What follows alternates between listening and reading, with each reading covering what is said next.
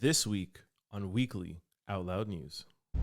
Brittney Griner and Viktor Bout, I have some important facts to tell you that might make you rethink if it was a good trade or a bad trade. Nike partnering with a resale platform, eBay, and why I think that is a disrespectful, disgusting move on their part. I will get into that.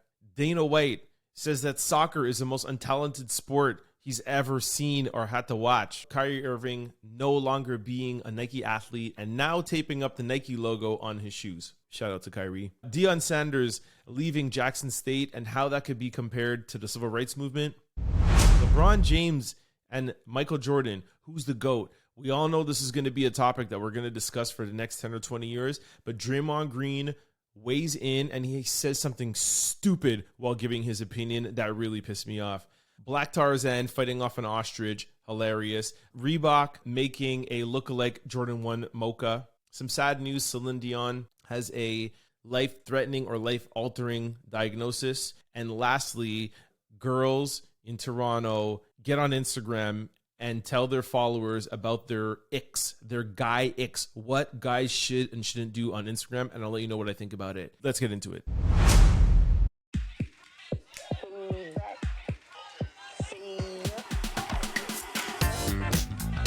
Hey, yes, what up? I found new music for WLN News. Woo! What up, everybody? It's your boy, Trent Out Loud podcast, and I am coming at you this week, December 11th, for WOLN News, the news and hot topics that we post on Extra City's Instagram and the Trent Out Loud Instagram, my Trent Out Loud Instagram, and we are going to talk more about them. The weekly wrap up. Anyways, let's jump right into it. This week, I want to start off by talking about Brittney Griner. A lot of people have a lot of things to say about this topic, about Brittney Griner coming home and her transfer with Viktor Bout. And one of the cool things about, doing a weekly wrap up is that I get some time to kind of like get the facts together, hear everything that's coming out. And one of the things that I really want to highlight is we live in a social media triggering era where everybody wants, clicks and views and, headlines, and everyone's rushing to beat everybody to that. And who's the people that suffer from that? Us, the public, right? So the headline was Joe Biden transfers basketball player for Viktor Bout, merchant of death. So obviously that's going to get headlines and be like, oh my gosh, what the hell's going on? But I pulled up a couple of fun facts that, they're not fun at all, but a couple of facts that play and kind of give a little bit more depth into this trade.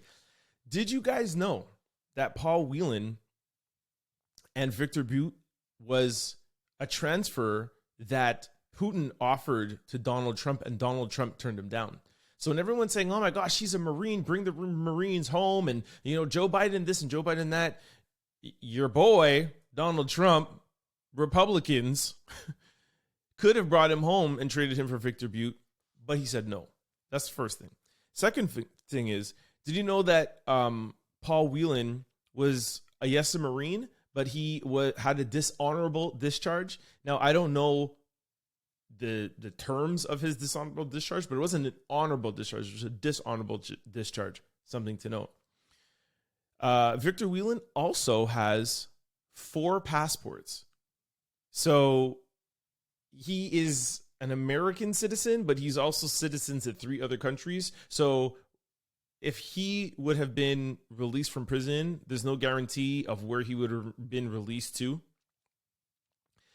The other thing that I found out is, and this is to me the most important thing of all, which to me it makes sense why we would trade Brittney Griner, who is a female WNBA basketball player for the Merchant of Death, you have to think there has to be something a little bit more to that.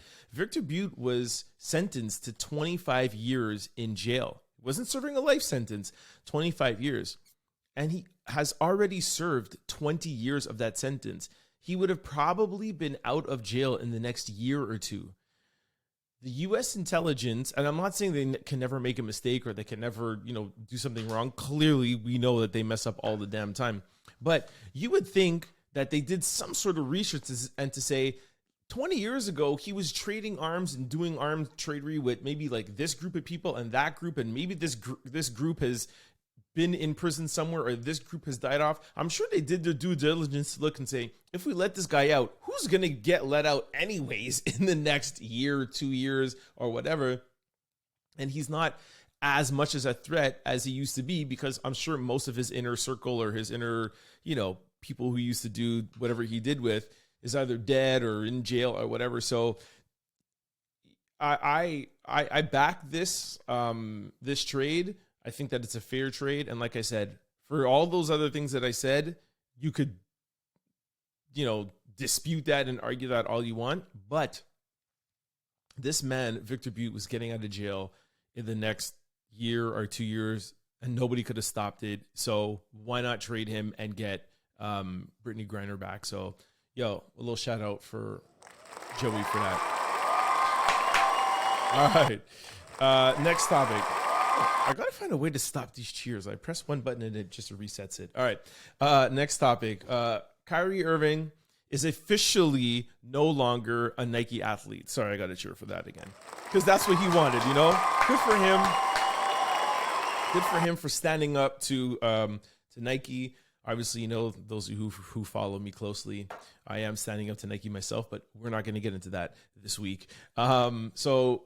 We all know that Kyrie posted the link to the anti-Semitic movie that's still on Amazon, by the way. Just like to note, I just watched an interview with the head of the Anti-Defamation League, and he was saying that they're actually going after Amazon to have them take down the movie, and it's also anti-Semitic and talking about things that have to do with the Holocaust is illegal in Germany, and the movie is still being played in Amazon Germany. So the Anti-Defamation League is trying to have Amazon pull it down.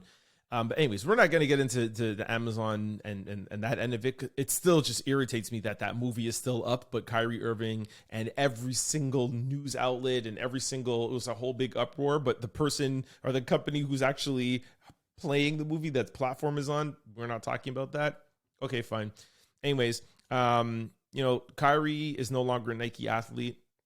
He's still wearing his shoes, but on the court, he duct taped his over the Nike logo, and he wrote "logo here," which is kind of just like a free advertisement for the next brand that's that might potentially want to sign him or that might potentially want to work with. So, a big shout out to Kyrie for working through that situation. He apologized, and I think he did what he had to do. It seemed to me like it was pretty sincere. I do not think he should have lost his Nike contract over that. If, his employer, who is the Brooklyn Nets, if they were able to keep him and just, I think it was a 2 or 3 week suspension, I don't see or understand how Nike would have dropped him for that. But like I said, that could be another conversation for another day. But shout out to Kyrie. The next topic is LeBron versus Jordan. I do not think that this conversation will ever end of who is the real GOAT. But what really pissed me off is that Draymond Green was on a podcast, and he said this that literally sent me off and sent a bunch of people off in the comment section. LeBron went to 8 or 9 straight finals. MJ took a break in the heat of that ish. And what really pissed me off is that we all know that Jordan, three-peated, then he retired, then he came back, and then he three-peated again. Jordan's father was murdered in a gas station. He didn't retire because his basketball career was too strenuous on him, or because he needed to take a break. He was mentally not there. Plus, he had, they say, a gambling problem, and the NBA was like doing something or whatever. So it's not like he tried to make it seem like LeBron went to 8 or 9 straight finals, as if like Jordan could not have gone. He went to 3 straight, retired, then came back halfway through the season, and then won 3. Michael Jordan went to 6 finals and won 6 finals. He's undefeated in the finals. LeBron, if I'm not mistaken, has a less than 50% winning rate in the finals. That alone right there, and everybody always gets on me when I talk about this. LeBron is amazing. He's top 3. For me, it's Jordan, Kobe, and LeBron. But I'm not saying LeBron is, some people put him like at 5 or 6 or even, I think everybody will at least have him in the top 10. And I know when you're talking about assists, and I read an interesting stat somewhere that between assists, passing, and scoring, something he's going to lead all 3 of them, where there's people that hold those individually. I think Jordan, Magic, and Kareem. So a title that Jordan has, Magic has, and Kareem has, he is getting all those 3 titles. Amazing. That's great. But to be the GOAT, you cannot have gone to 8 or 9 straight finals and only have won 50% of them. And that's where the conversation ends. I don't want to harp too much into it because everybody knows I'm a big Jordan fan. But I'll let you people, fight about that in the comment section below. Next topic. Reebok is making a Jordan 1 knockoff. And I put it out there just as a joke. Like somebody said, like, because Nike is suing everybody right now. StockX is doing something like, with the NFT that look like a Jordan. Like you can't do anything that resembles that anywhere comes close to the likeliness of, a Jordan 1 or, anything from the Nike or Jordan, repertoire, which is understandable. But anyways, so somebody put it up there as a joke, but it got me to thinking, because I was speaking to somebody the other day about Jordan 1s and the is the Jordan 1 hype over?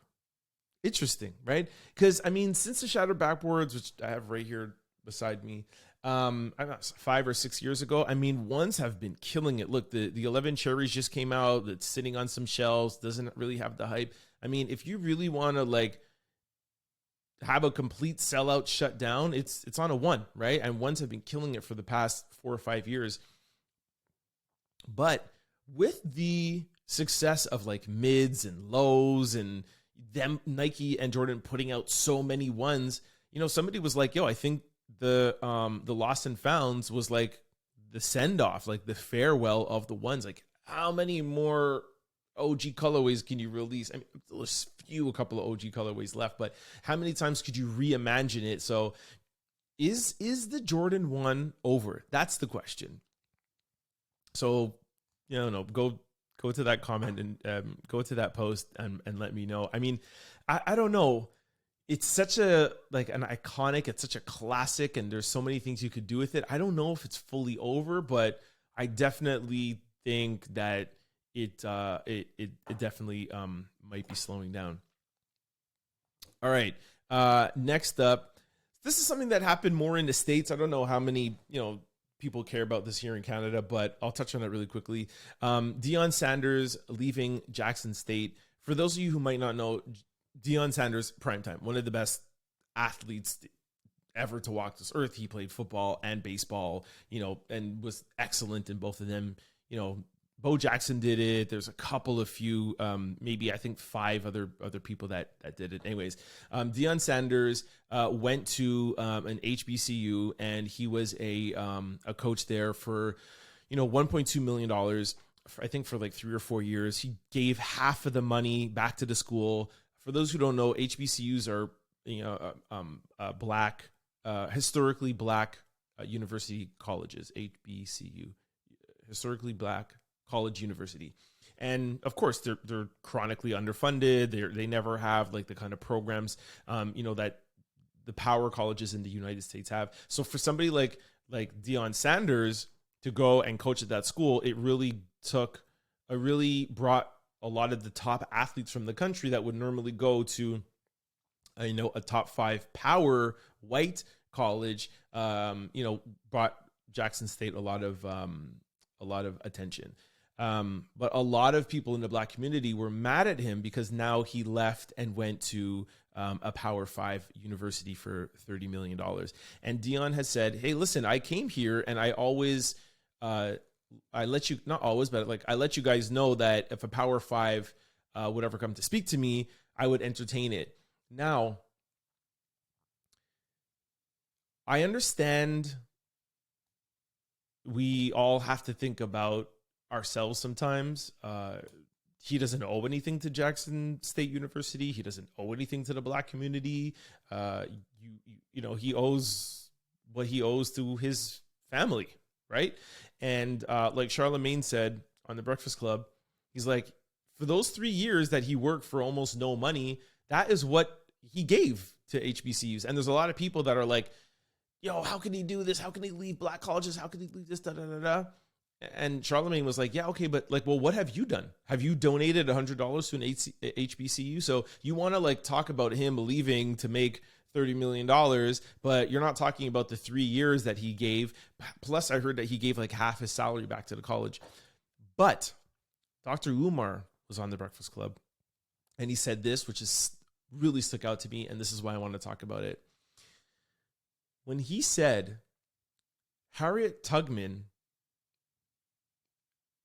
didn't leave her fight and her vision on the railroad freeing slaves for something else. So she had a mission and she stuck to it for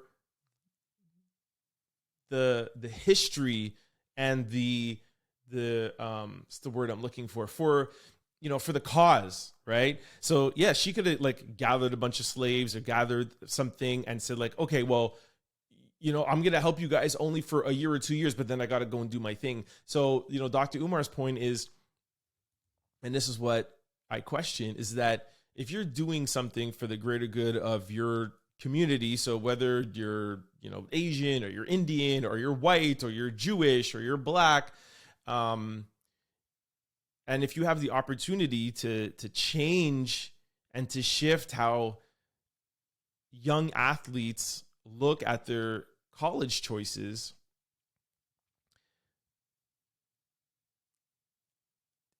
it's still an individual decision, but I understand what Dr. Umar is saying. Like, I get it.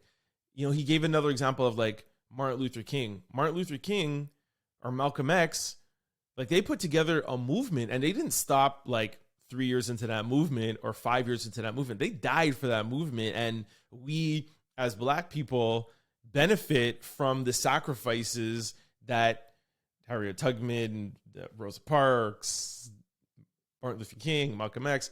So, I think I understand why some people are disappointed. I understand it on both sides.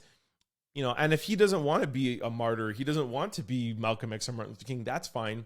But I understand why a lot of people are outraged in the fact that, he could have had an opportunity to really change donations and got a lot more money for HBCUs. And he chose to go to a white powerhouse college that has 1.2% Black athletes or Black students at the college. So anyways, something that's up for discussion, but ultimately you have to do what is right for you and right for your family, your wife and your children. And ultimately, like what Charlemagne said, he gave 3 years. That's more than, most people that are on these sites and making these comments that probably have never even donated. So anyways, I thought it was something interesting to discuss. Quickly, Dana White, I thought this was funny for hockey fans.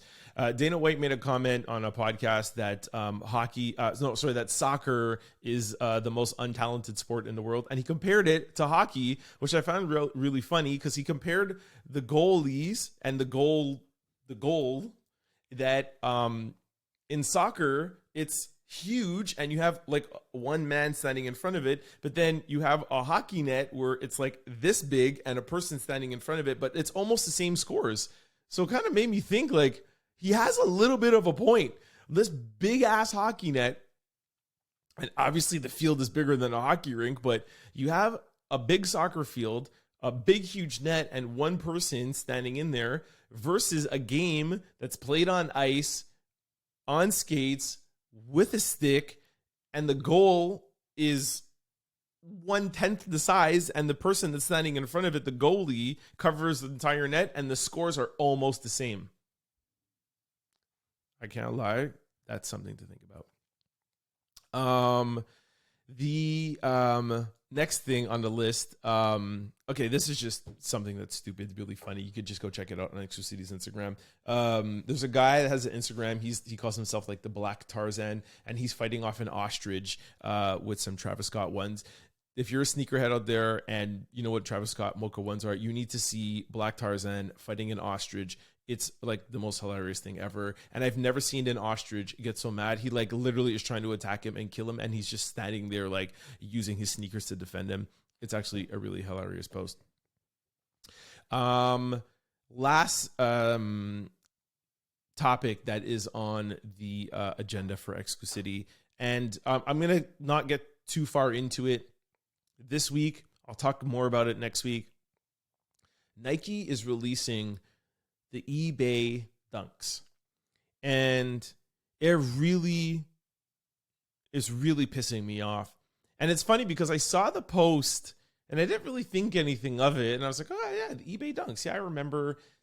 The story is Nike had an eBay dunk, I think it was 10 years ago. It was sold for like $30,000, and it was a one of one, like a sample.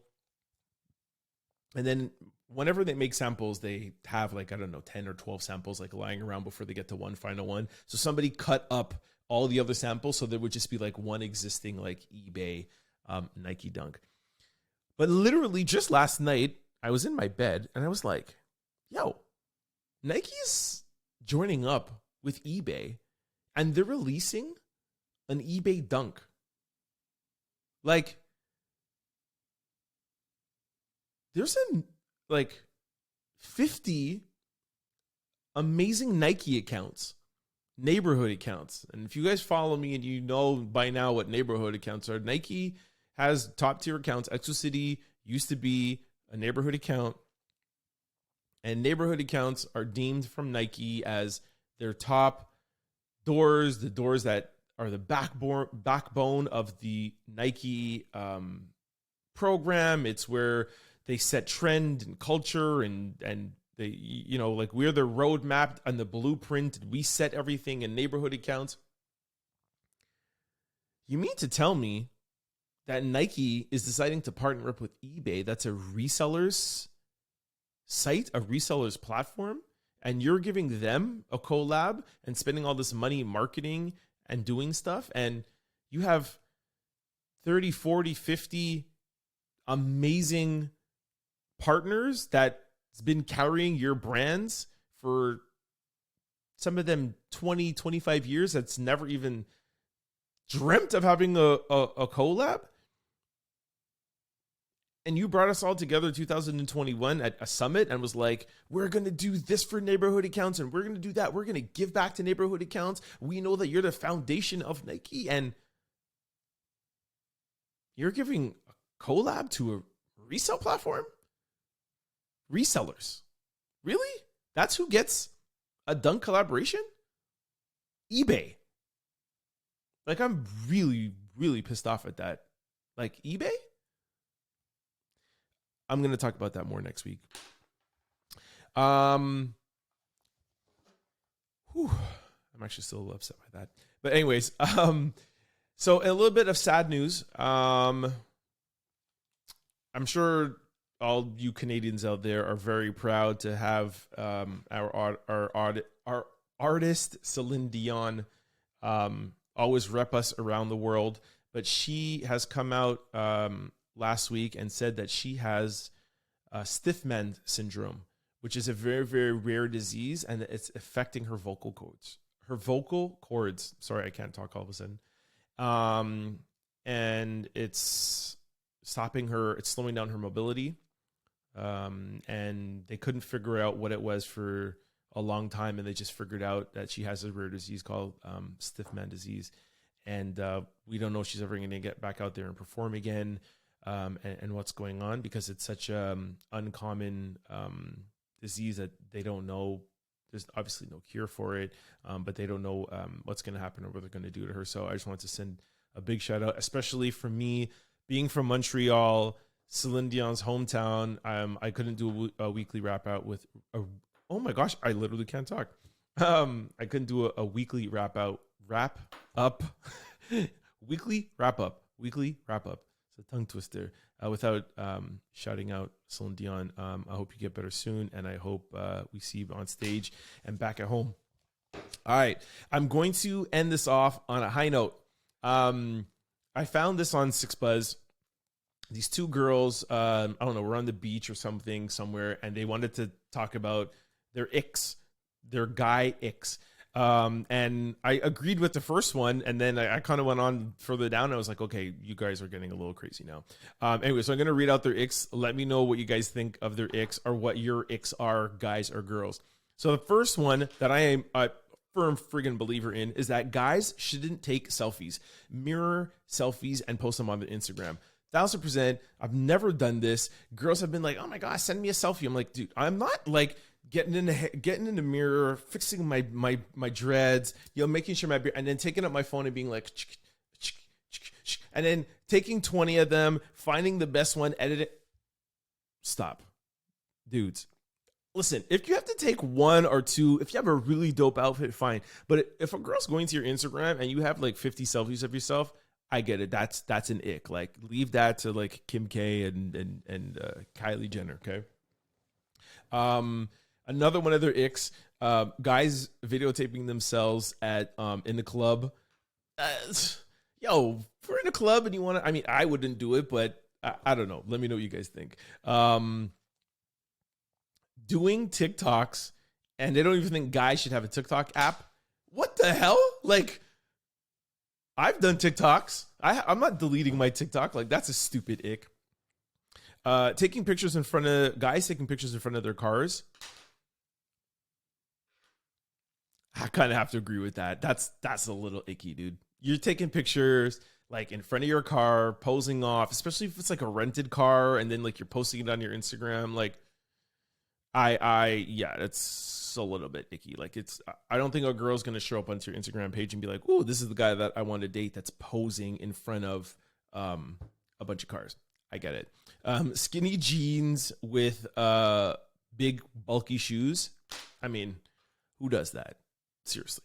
And then post it on your Instagram. Dude, if you're wearing skinny jeans, you need to get a low profile, easy shoe, Stan Smith, Converse, like even an Air Force One is but you can't get anything like big. It can't have a strap. You can't wear skinny jeans and wear shoes with a strap or like a big ass tongue.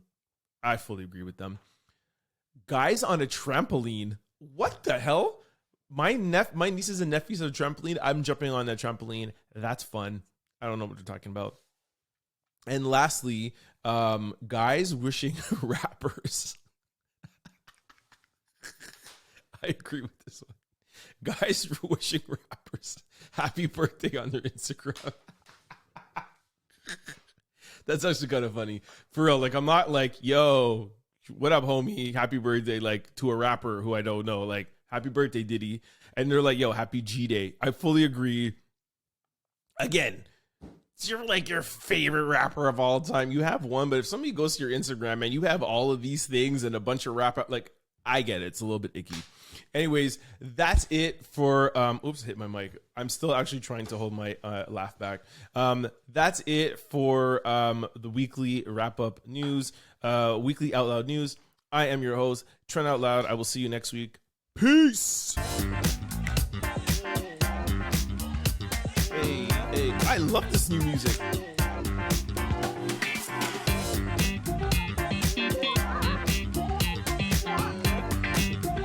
All right, I'm out.